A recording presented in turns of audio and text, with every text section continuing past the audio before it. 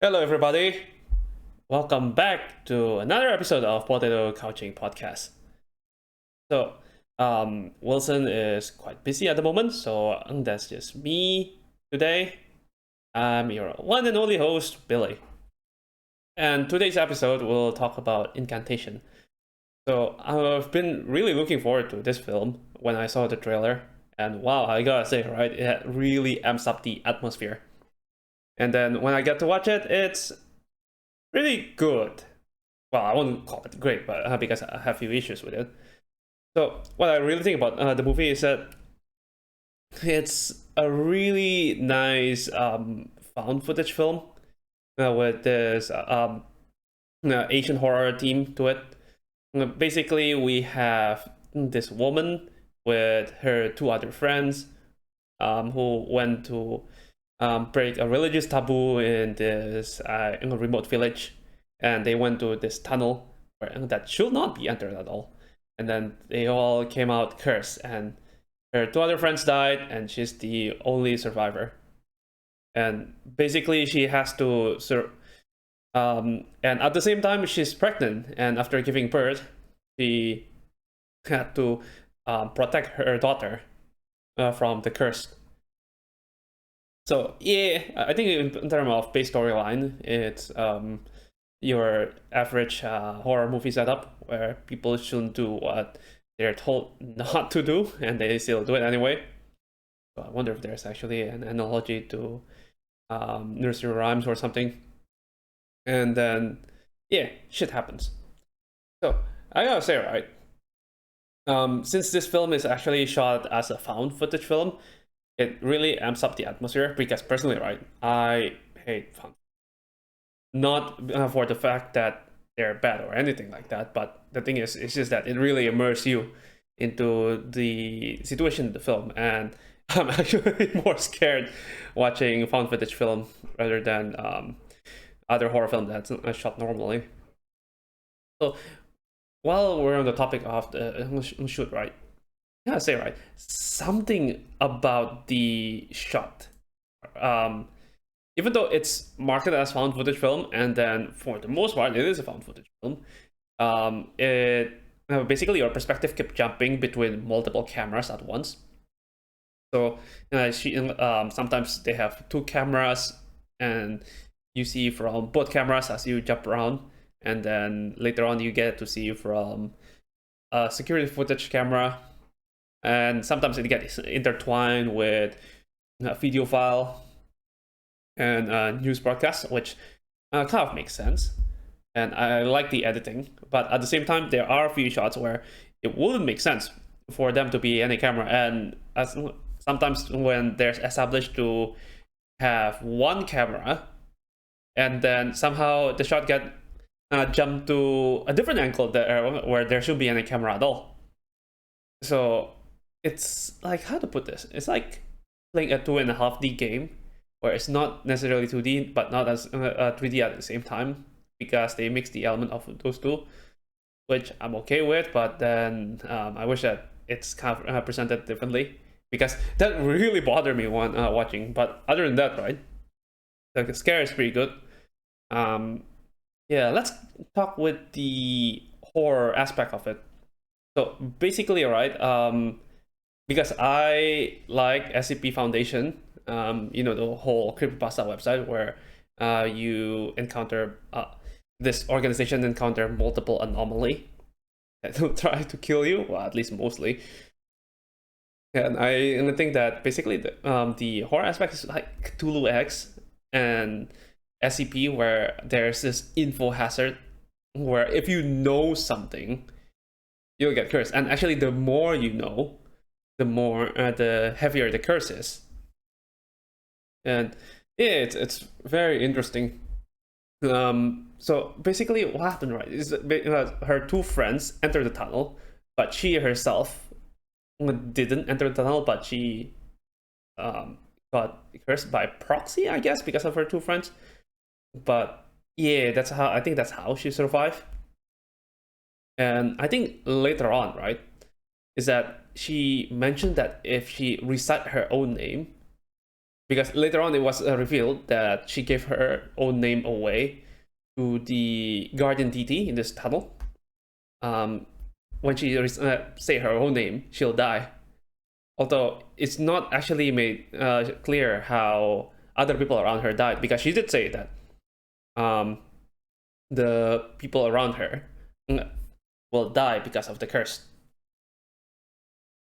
But yeah, it's not clear the condition that triggers them to death or something, because I think her parents died, and then two police officers killed themselves, and there's this one volunteer worker, I guess. But then there are few moments, right, when I think there's this guy, this preschool teacher guy, who call her name, and I think there's another person, and they're fine, I guess. Well, I mean, the preschool teacher ended up dying anyway, but I thought he'll kill himself way earlier. So yeah, I suppose it's interesting. It feels like The Ring, as a movie that we have reviewed recently, at least the Japanese version. Although we did watch the American remake too, where by knowing something, by watching something, you are cursed to death. Yeah, but I wish they straightened out this aspect of the story. And the horror element, I don't know, it's like the scary part, it feels like I'm watching Paranormal Activity at times, where it's slow, there's random noises, but nothing much change, I guess. Well, I mean, I suppose it's definitely better than Paranormal Activity, where I suppose, yeah, I was about to say you don't know what to expect, but then again, I suppose that's the foundation of any good horror movie. But yeah, there's a lot of scary moments. So basically, her daughter, as she hit 6 years old, she gets possessed, either possessed or guided by this malevolent entity. The daughter can see it because if I have to remember back to my childhood, right, I really think that in Asian belief that children are more susceptible to supernatural force. I remember my mother kept telling me that I like to stare up the ceiling and just laugh as if I have a friend floating up in the ceiling. Honestly, if you ask me, I don't remember anything, but just thinking about that, it's actually a pretty scary thought. Yeah. So, fun time, eh? I can relate with the doctor, I guess. Pretty messed up. And the horror element of it, right? The scary part. So basically, there's this one moment, right, where the daughter sees something. Well, at least something invisible hanging up in the ceiling, and then the daughter tell her mom to get the baddie away, but then the mom couldn't see it. But basically, I think she plays along. I wonder if she knows if it's the curse or something. And then the daughter told the mom to hold the baddie by hand and to guide it away. Honestly, ooh, that's a really good build up, because can you imagine you're holding hand with something that you don't know, and you're pretty sure that it might kill you, but then it seems that it's the only way to go. And I gotta say, right, just that thought that you're holding by hand, like it's like you're in Indiana Jones, when you see there's a hole that you need to put your hands into, but you don't know what's inside. Yeah, that kind of feeling, and it's really send shiver down my spine. And I suppose at the start the horror is pretty light, I guess. Although later on it's a bit unclear what the effect of the curse from people to people, because some people they turn into a zombie. I guess not really a zombie, but more like they eat flesh, something like that. and then others they get possessed and do some weird ritual shit or some kind. Yeah. Other than that, right? Moving on. This, but towards the end, right? It gets really good, where you have so basically the curse builds up, and at one point there's this whole scene that's basically like coming out from PT. Back, you know that Silent Hill demonstration game where you go through this hallway and the hallway repeats itself. Yeah, they make one of those with a car and a dash cam, where the car go round and round on the same loop, and I think there's a dead body as well, and hanging from an electric pole. And when they try to reverse, they still stuck in the loop, but the dead body is gone. Like, really nice build up. I really like the scene, but my only problem with it, right, is that the fact that they use jump cuts, because they jump back and forth from the view of a dash cam and a camera that's looking inside the car, which, to be honest, I have no idea why you pull the camera facing towards you. Like, would you buy a dash cam just to see your face? No, you probably direct it outward. Yeah, and because of the jump cut, right, I think that's how they managed to create the loop, because they just basically stitch it together, so it's not one seamless loop. I suppose I can understand this is probably a very low budget horror film, and I really do think that they really did the best of their capability. And again, with the found footage horror element, where you have the camera looking at things, right? Basically, here's the thing about found footage horror, right? Is that the camera is looking at what the protagonist is seeing, and because of that, right, you see the actual horror itself. But a lot of the shots actually look at the protagonist's face and the other characters, which makes sense because you want to sell their performance, and I get that. But at the same time, it doesn't make sense as a found footage horror, because like, you don't care how your face looks, right? You just want to get the hell out of there and survive. And but yeah, I have to say that their performance is really good, and it really sells the fear and the desperation. And other than that, moving on. We have a scene in a temple. Honestly, I have no idea how she knows about this temple, because they try to exorcise her daughter, basically exorcise the demon of the daughter or something. But it wasn't really clear, like, who are these people? Never established at all.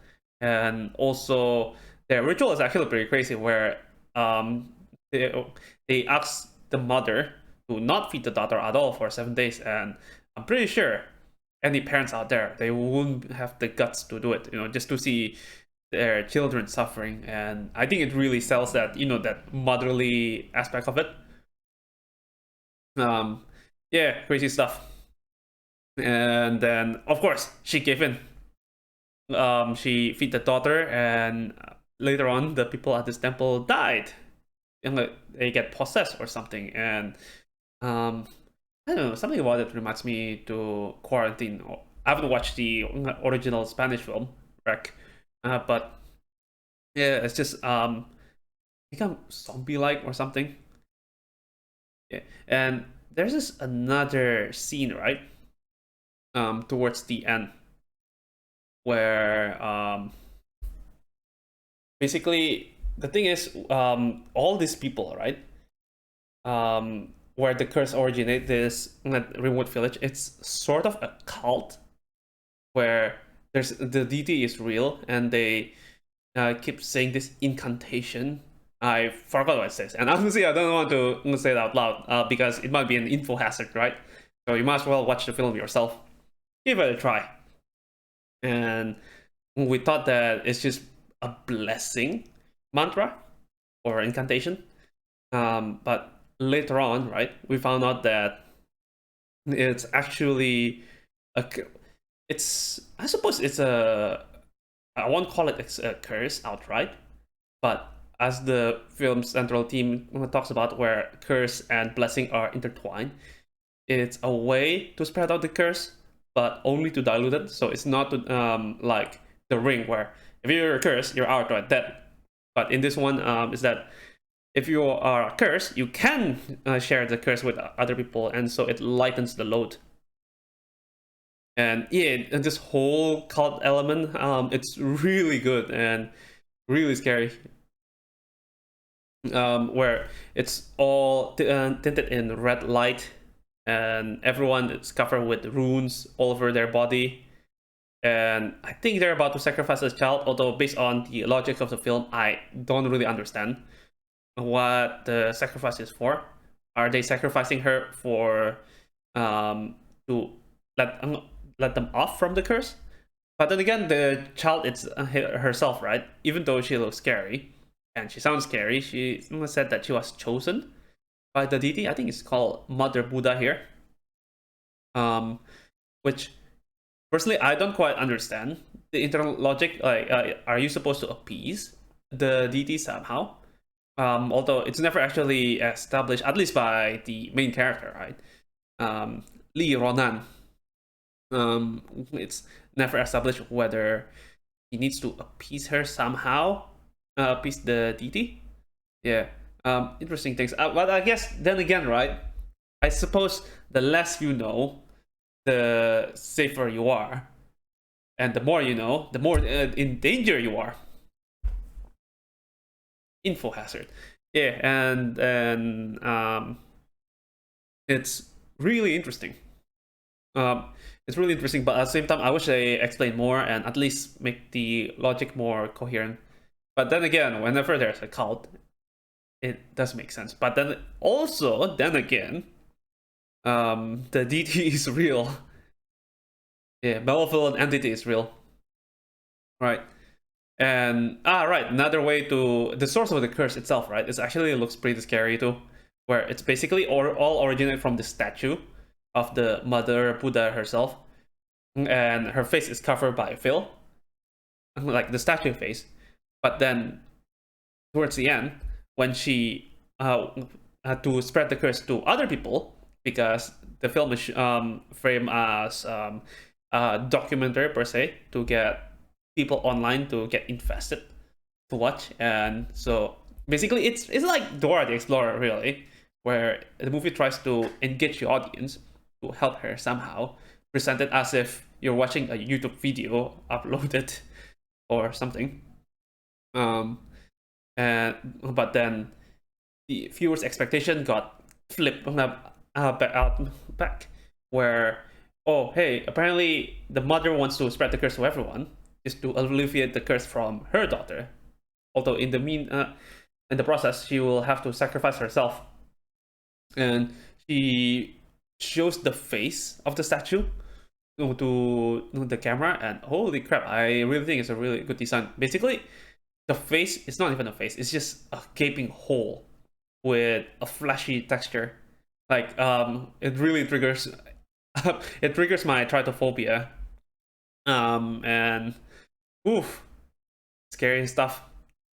But the thing is, the hole seems to go even deeper than the physical statue itself, like some sort of an eldritch abomination. It's really cool, and yeah, I really have to say the ending is actually somewhat creative, where it subverts the audience expectation. Like, oh hey, our main character actually lie, and I suppose it's sort of like The Ring, but then in this case, rather than presented as, hey, it's a horror film and we're not going to break the fourth wall, this is actually engage the audience, breaking the fourth wall, and like, hey, screw you, audience, now you're all cursed. But hey, at least if a lot more people watch it, then it'll be fine, right? Individually, because in the end, her daughter is fine. Yeah. Anyway, looking back at the horror element stuff, there are some few shots, right, where I think that it's like a mishmash between many existing IP, really. Well, I want to call it IP, but basically creative thoughts. Because when her friends wanted to do that tunnel, and then shit gets really real, such as mirrors are breaking, and I think furnitures are falling down, which maybe represents bad luck. And later on, one of the friends gets grabbed by hands coming out from the ceiling and the wall. It reminds me to that horror video on YouTube, or I think it's from somewhere else, but it's got re-uploaded to YouTube a long time ago, where you see hands coming out from the ceiling and the wall. And yeah, and also that's the thing, right? Is that it does feel cliche at times, except the ending. I have to say it's a creative take of The Ring. And but yeah, the atmosphere really amps it up. Although I wish that the story actually more coherent, really, because god damn, like her friends, right, are just one of those stock idiot character who still try to break into something, where like doing stupid things that they know they might get themselves killed. Well, at least they probably don't know that might get them killed. But hey, you know, like you have a village of cult, they do all this crazy shit, and their first instinct is not to run away, is to actually try to go to this tunnel. And yeah, and other than that, right, during the present day, it's not very clear what happens from events to events. And at one point, her child is about to be taken away by basically like social worker, but not quite sure what did she do wrong, because her child was like what got paralyzed at her leg, because I don't know what she watched, but she when she was possessed, right, she went to this altar in the attic. It's like really scary looking, right? And then she watched a video, and whatever happened, she got paralyzed. Probably that's a video from the tunnel, who knows. Yeah, but like why? I mean, the mother's grieving and she definitely did her best, but social workers still take her away anyway. Yeah. Oh well, you know what's even crazier than the film itself is that it's actually inspired or loosely based. No, I won't call it loosely based. Maybe inspired is a better word. Inspired by a real event in Taiwan. So apparently in Taiwan, right, a long time ago, there's a family of 6 who all of them claim they get possessed by a guardian deity in Taiwan. But then over time, they actually accuse each other of not being possessed by guardian deity. Instead, they're actually demons in disguise. So they basically beat each other up and also throw feces and urine to exorcise one another until one of them died, and then everything they went back to normal. But it's a crazy story. You can look it up. So anyway, I think that's it for today. It's a shorter episode. If you're guys interested, my rating on this film, right? I don't think it's great, super great or anything, but they definitely make the best of their low budget, and I'll give it a 7. Still recommend it though if you like horror film, especially if you like those kind of Asian religious horror film, because that's something that rarely get touched upon. All right, if you guys want to hear more from us, you can find us on our social. So, and our podcasts are uploaded on Spotify, YouTube, Podbean, Amazon Podcasts, and Google Podcast, Apple Podcasts too. And you can find us on our social on Facebook, Twitter, TikTok, and Instagram. All right, y'all have a nice day, and be safe, and don't get cursed. Bye bye.